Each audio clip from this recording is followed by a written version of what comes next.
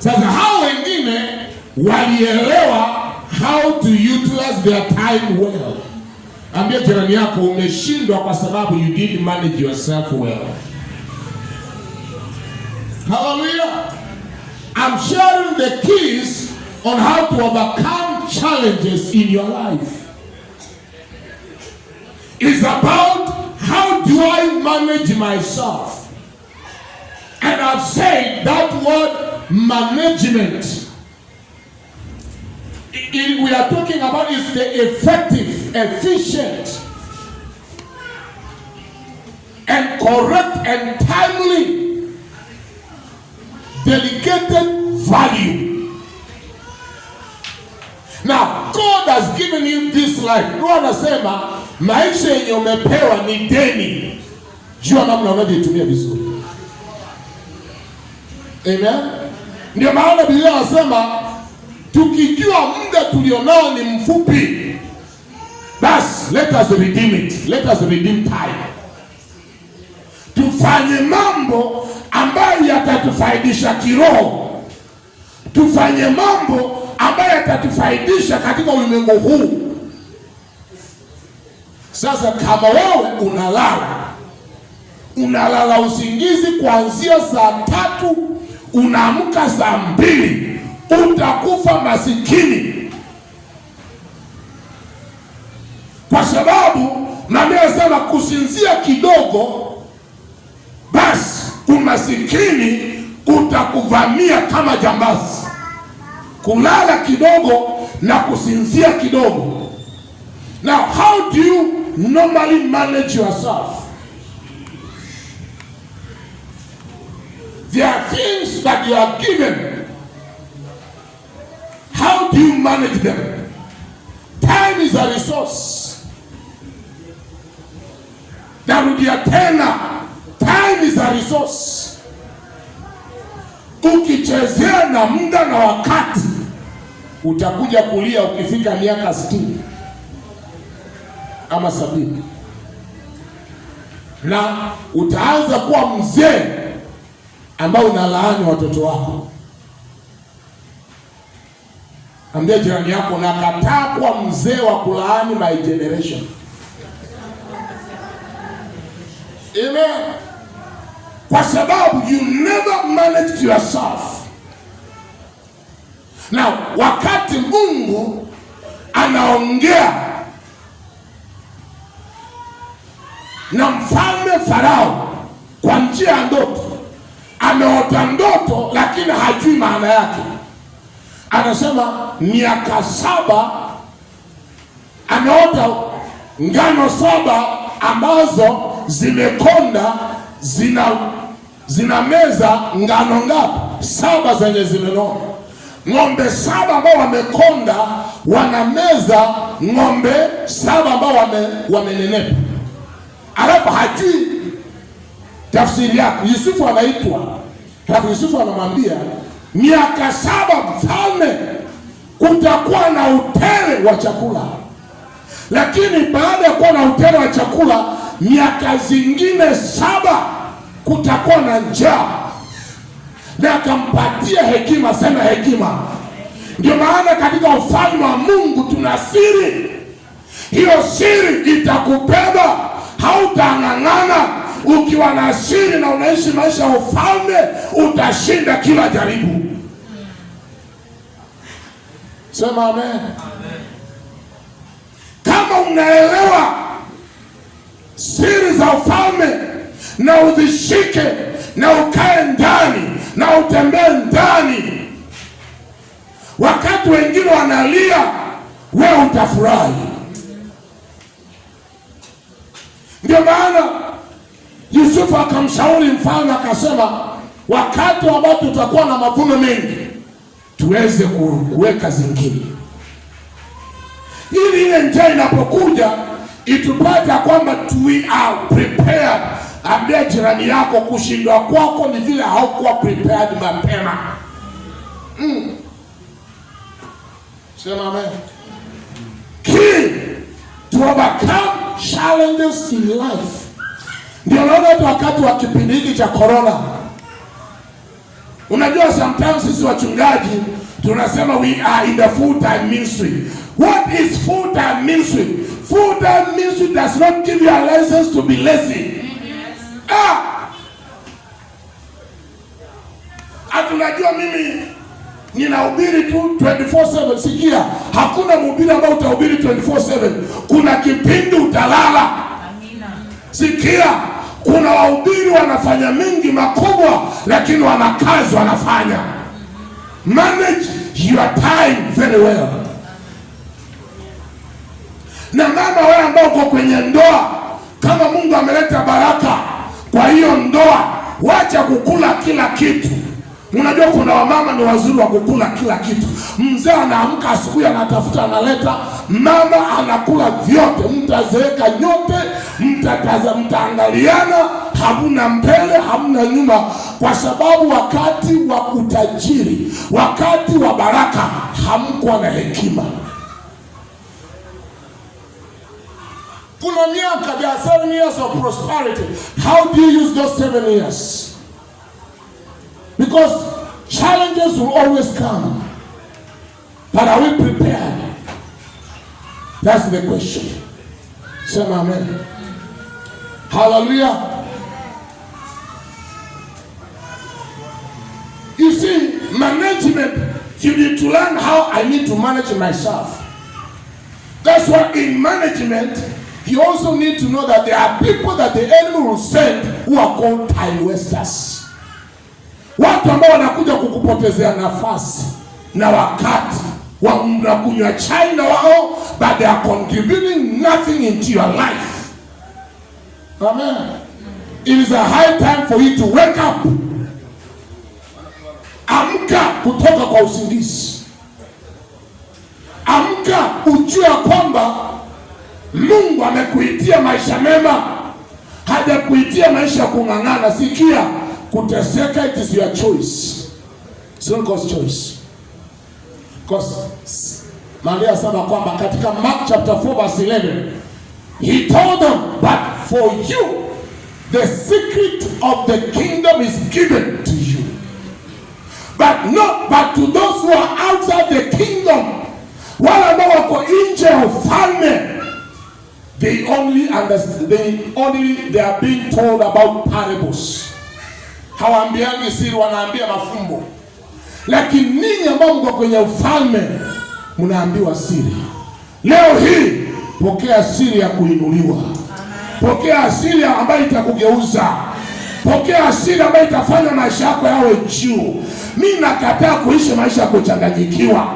Nakataa kuishi maisha huko chini. Pokea siri ya ufalme. Sema amen. Number 2, key.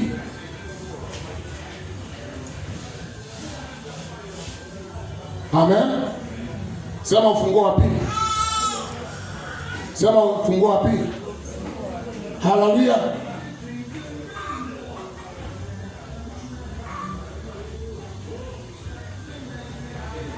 Discipline. Sema discipline. Yes. Discipline, nidhamu. Nimesema ufunguo wa kwanza is about management. How do you manage yourself? Key number 2 is discipline. Mtu yeyote ambaye atakuwa kiroho inategemea na vile amejiweka, amejipatia nidhamu.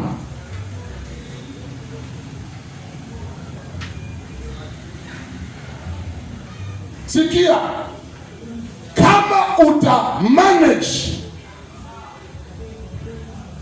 resource yenye Mungu amekupatia vizuri, atakuongezea zaidi. Are we together? Kama utamanage vizuri. Hii ndio tatizo ambalo tuko nao. Watu ambao wamefaulu. Kuna watu wengine unawapatia 50,000 ama 40,000 waanze biashara. Mmoja anaanza kukula capital na mwingine anasema nitavumilia. He gives himself discipline na mwisho wake anakuwa na wholesale. Amen. Sema discipline. Now, Luke chapter 16, verse 10 to 12. Now, this is what Jesus said. whoever can be trusted with very little can also be trusted with much. And whoever is dishonest with very little will also be dishonest with much. So if you have not been trustworthy in handling worldly wealth, who will trust you with true riches? And if you have not been trustworthy with someone else's property, who will give you property of your own?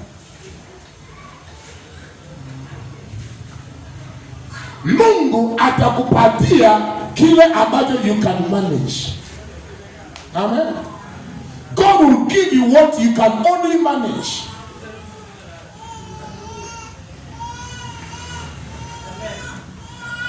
And what God is looking here is about discipline. Nidhamu. Ukipewa kingi, how do you handle it?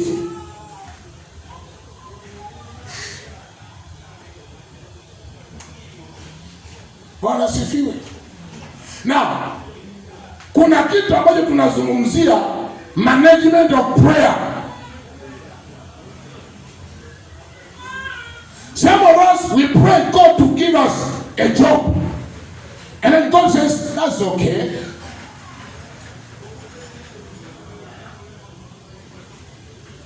Uliomba Mungu akupatie kazi. Mungu akasema sina shida, sikia. Sina shida na kukubariki na kazi. Akakupatia kazi. Now, sasa yenye unatakana uende kazini, unaenda kila wakati, unaenda late. Here you pray God to give you a job. That was not a problem to God. He gave you the work. Bwana sifiwe. But niulize, ni mwajiri gani ambaye atakubaliana na mtu mwenye anachelewa? Alafu hiyo kazi inaisha. Ikishaisha unasema jamani niombe tena. Nani ako na shida, ni wewe ama Mungu? Si ni wewe. Because God has provided, but you lack discipline in the area of time. And that's why you find yourself in a crisis. You find yourself in a big trouble.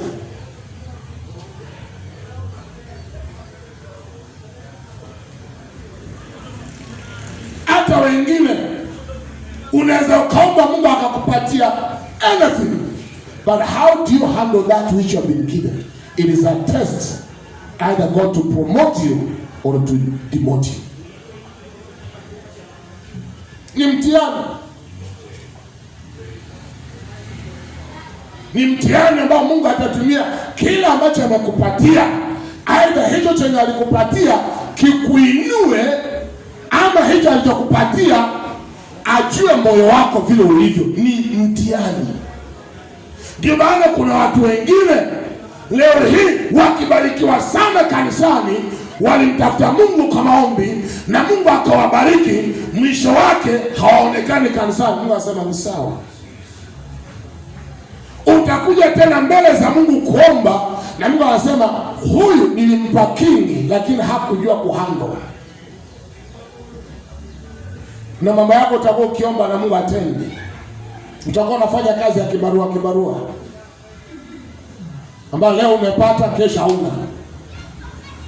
Unamlaumu Mungu. Mungu si wa kulaumiwa. It's about how disciplined are you. Sema amen. Bwana Yesu asifiwe.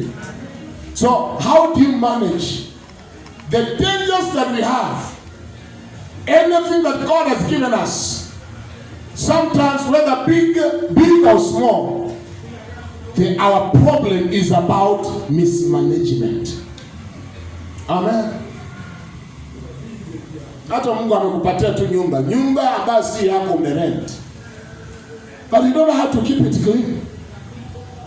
Nyumba wenyewe imepakwa rangi, wewe unaamua kuwasha jiko ndani, inajawa na moshi, alafu unayaribu. Na hata wengine ukipanga kuhama hiyo nyumba, unahakikisha kwamba umemharibia mwenye nyumba. Sasa sikia, hiyo ni mtihani. Mungu atakupatia vipi yako kama ya mwingine haukuitunza? Bwana asifiwe. Wacha nimalizie na hii Ufunuo wa 3. Ufunuo wa 3. Hiyo ndio nataka nimalizie, ambayo itakufanya ushinde changamoto zako. Is about diligence. Diligence. Now, what do we mean by diligence? We mean about consistent effort. With both discipline and diligence, they work together. When you are disciplined and you are diligent, those are two things that are married together. Bidii na nidhamu. Bidii na nidhamu ni za muhimu, zinaoana. Amen. Bwana asifiwe. Maana nasema yule ambaye atatawala ni mwenye bidii. Maana mkono wa bidii utajirisha, lakini mkono wa mvivu hauna chochote. Bwana asifiwe. Wakati uko na bidii na uko na nidhamu, hiyo itakusaidia uepukane na changamoto. Amen. Sikia hili. Mungu amekupatia uwe juu ya vitu vyake. Na hiyo inamaanisha kwamba wewe ndio unavimiliki, yeye ndiye anavimiliki. He has only given you to rule over them, but the ownership is with God. Amen. And that's why when we understand that the ownership is with God, we shall give an account. Tutatoa hesabu. Chochote ulichopewa utatoa hesabu. Kuna Wakristo wanadhani wakipewa kitu wanaona ni chao. Wengine wanapewa kwenda kuficha. Hata kuna washirika wakibarikiwa, anajifanya hajabarikiwa, anakificha ili kanisa liteseke, kanisa lihangaike, lakini he has a solution. Amen. Bwana asifiwe. God has not given you to hold. Hajakupatia uende ufiche, kama wakati mwingine sukari ikianza kutaka kupanda bei, watu wanaficha ili ipande bei. Mungu hajakupatia ufiche, amekupatia itumike. Sema amen. Tusome Luke chapter 12 verse 16 to 20. And then I will close with that. Alafu tutaingia kwa ibada nyingine. Bwana asifiwe. What does the Bible says? Mtu ambaye ako na Biblia asome pamoja nasi. Luke chapter 12 verse 16 to 20. Luka 12 mstari wake ni wa 16 hadi 20. Let me read because of time. And he spake a parable unto them, saying, the ground of a certain rich man brought forth plentiful. And he thought within himself, saying, what shall I do, because I have no room where to bestow my fruits? He said, this will I do. I will pull down my barns and build greater. And there will be, I'll bestow all my fruits and my goods. Verse 19. And I'll say to my soul, soul, thou hast much goods laid up for many years. Take thine, eat, drink, and be merry. Now verse 20. Nakili mstari wa 20. But God said unto him, thou fool, this night thy soul shall be required of you. Then whose shall those things be which thou hast provided? Tajiri mmoja anamuita tajiri mkulima mpumbavu. Mungu alimbariki akamfanikisha. Alipoona mwaka huu ama mwaka ule mazao yake yamefanya vizuri, akasema nitavunja hili gala niweze kutengeneza kubwa, alafu niweke mavuno yangu pale na nijiambie nafsi yangu, umeteseka vya kutosha, sasa nafsi tulia, pumzika, kula, kunywa na ufurahi. Kwa akili yake hakufikiria Mungu. Sikia, Kwenye mafanikio yako mfikirie Mungu. Wakati unainuliwa mfikirie Mungu. Kuna watu vitu mmepewa vitu, lakini mmevificha kwa sababu ya binafsi, kwa sababu ya uchoyo, na Mungu anaona. Na Maria anasema, na Mungu anamkujia huyu mpumbavu tajiri, anambia ndio umejizungumzia vizuri, haukunijali, lakini usiku wa leo nafsi yako inatakikana. Sasa nani mwenye kila kitu? Ni Mungu ama yeye? Nauliza, ni Mungu ama ni yeye? Si ni Mungu. Haleluya. Anaambia ndio umejizungumzia na uchoyo wako. Sasa vile ulivyotabikia leo, nafsi yako inachukuliwa. Sasa hiyo akiba uliyejiwekea itaendea nani? Sikia, saidia mwenye hajiwezi, utakuwa umeinvest katika ufalme wa Mungu. Simama na kazi ya Mungu, utakuwa umeinvest katika ufalme wa Mungu. Haleluya. Usiwe na ubinafsi, usiwe na uchoyo, kwa sababu Mungu anaangalia, are you disciplined? Can you manage the resources? Can you be accountable to what he has given you?